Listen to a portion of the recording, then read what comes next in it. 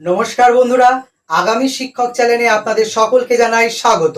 আজ নিয়ে এসেছি আরও একটি নতুন ভিডিও, সেটি হচ্ছে মিড ডে মিল সম্পর্কিত। যারা এখন এই চ্যানেলটি সাবস্ক্রাইব করেননি, সাবস্ক্রাইব করে নিন এবং আমাদের পাশে থাকুন এবং দেখতে থাকুন আরও নতুন নতুন ভিডিও এবং ডেমো সম্পর্কিত নানান ভিডিও। তো সবার প্রথম আপনাদের জানতে হবে মিড ডে মিলের বর্তমান নাম কি।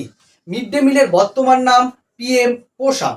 এবং মিড ডে মিলের এই যে পিএম পোষণ নাম হয়েছে, সেই পিএম পোষণেরও কিন্তু একটি নতুন লোগো হয়েছে। আপনারা ভিডিওতে নিশ্চয়ই দেখতে পাচ্ছেন এই যে লোগোটি, এই লোগোটি আপনারা খুব ভালোভাবে দেখুন। লোগোটি কতগুলি বাচ্চার মুখ আছে এবং নিচে কি লেখা আছে, পিএম পোষণ শক্তি নির্মাণ, এই নামটিও কিন্তু আপনাদের জানতে হবে। তাহলে মিড ডে মিলের নাম পরিবর্তন হলো, তার সাথে নতুন একটি লোগো এলো। প্রতিটি বিদ্যালয়ে কিন্তু এই মিড ডে মিলের লোগো কিন্তু লাগানো হয়েছে।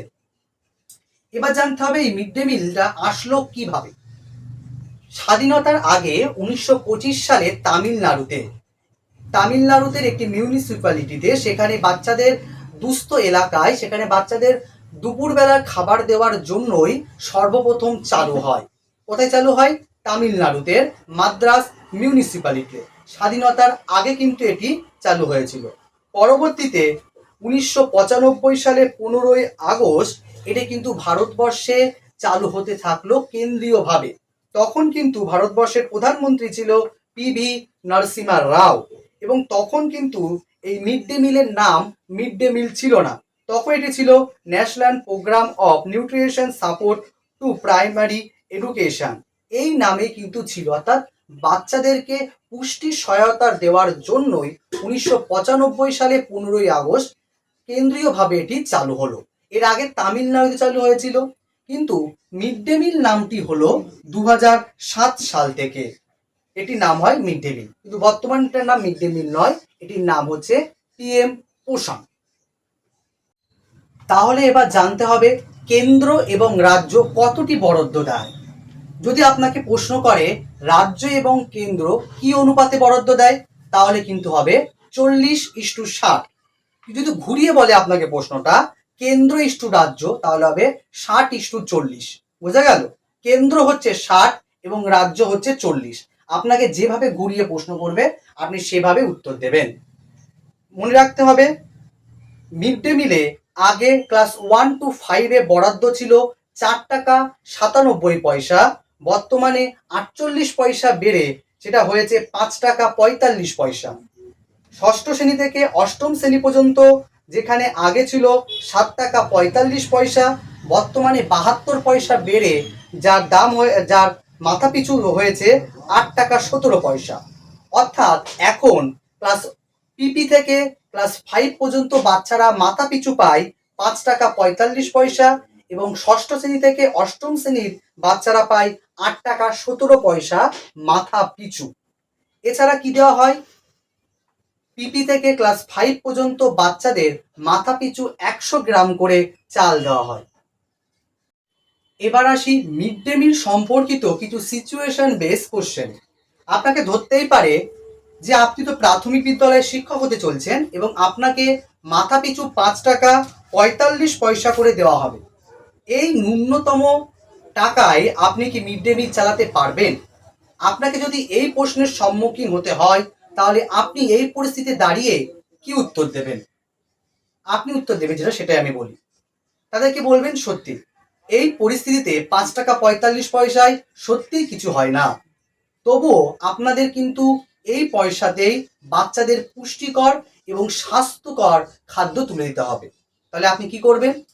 আপনি প্রয়োজন মতো যে সমস্ত সবজি আপনি পাইকারি বাজার থেকে কিনবেন, কিংবা আপনি সরাসরি কৃষকদের কাছ থেকে কিনবেন, তাহলে আপনি কিছুটা হলেও কিন্তু সবজির দাম কম পাবেন এবং বাচ্চাদেরকে আরও বেশি সবজি এবং প্রোটিন তুলে দিতে পারবেন। এটি আপনি তাদের সামনে বলতে পারেন। এছাড়া কি বলতে পারেন?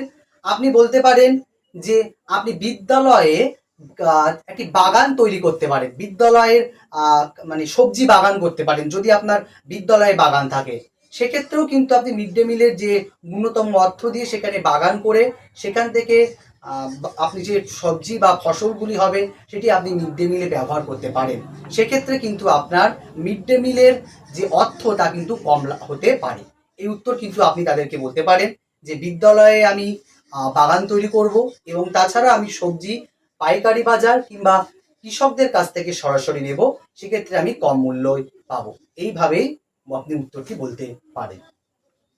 এরপর আপনি যে প্রশ্নের সম্মুখীন হতে পারেন সেটি হচ্ছে বাচ্চাদের কমপক্ষে কতদিন মিড ডে মিল খাওয়াতে হবে। মনে রাখবেন, বাচ্চাদের 365 দিনের মধ্যে 200 দিন কিন্তু আপনাকে মিড ডে মিল খাওয়াতে অবশ্যই হবে। এর পরবর্তী প্রশ্ন হচ্ছে প্রত্যেক সপ্তাহে একদিন তো ডিম দেওয়া হয়, এক্ষেত্রে আপনি ডিমের খোসা সমেত নাকি খোসা ছাড়িয়ে দেবেন? এই প্রশ্নের সম্মুখীন হলে আপনি কি উত্তর দেবেন? মনে রাখবেন, এক্ষেত্রে আপনার বাচ্চাটিকে কিন্তু খোসা সমেত ডিম দেওয়াই বেশি ভালো, কারণ এটি হচ্ছে স্বাস্থ্যকর।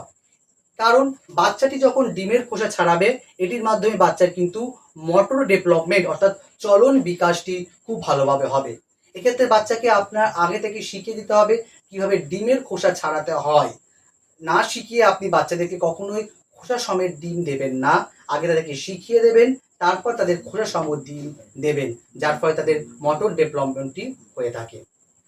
পরবর্তী প্রশ্ন, বাচ্চা যদি মিড ডে মিল খেতে আগ্রহী না হয় সেক্ষেত্রে আপনি কি করবেন? মনে রাখবেন, এক্ষেত্রে আপনি বাচ্চাকে জিজ্ঞাসা করবেন যে সেই বাচ্চাটি কেন মিড ডে মিল খাচ্ছেন না। বাচ্চাটি কি মিড ডে মিলের মানে স্বাস্থ্যকর নয় বলে খাচ্ছেন না?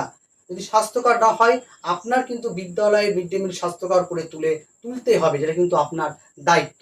যদি বাচ্চাটি বলে যে অভিভাবক মানা করেছে, সেক্ষেত্রে কিন্তু আপনি অভিভাবকের কাছ থেকে কথা বলবেন, তাদেরকে বিস্তারিত ব্যাখ্যা করবেন যে মিড ডে মিল খাওয়ার গুরুত্বটা কি। তা যদি বলে মোটা চাল খেতে পারে না, তখন আপনি অভিভাবককে বোঝাবেন যে শিশুটিকে কিন্তু ছোটবেলা থেকেই তাকে সুন্দরভাবে গড়ে তুলতে হবে, কারণ শিশুর মন কিন্তু মাটির মতো, যেমনভাবে গড়বেন তেমন তৈরি হবে। তাই শিশুকে সমস্ত পরিস্থিতির সাথে মানিয়ে নেওয়ার জন্যই কিন্তু বিদ্যালয়ের যে মিড ডে মিল সেটা কিন্তু খাওয়া উচিত, যার ফলশ্রুতিতে কিন্তু আগামী জীবনে বিভিন্ন চড়াই উতরায়ে সে কিন্তু বেড়ে চলতে পারবে। তাহলে আজকে ভিডিওটি এখানেই আমি শেষ করছি। ভিডিওটি খুবই আজকে স্বল্প দৈর্ঘ্যের ছিল। চেষ্টা করব আগামী দিনে আরও ভালো ভিডিও আপনাদের সামনে উপস্থাপন করা। অনুরোধ আপনাদের একটি চ্যানেলটি সাবস্ক্রাইব করে রাখুন।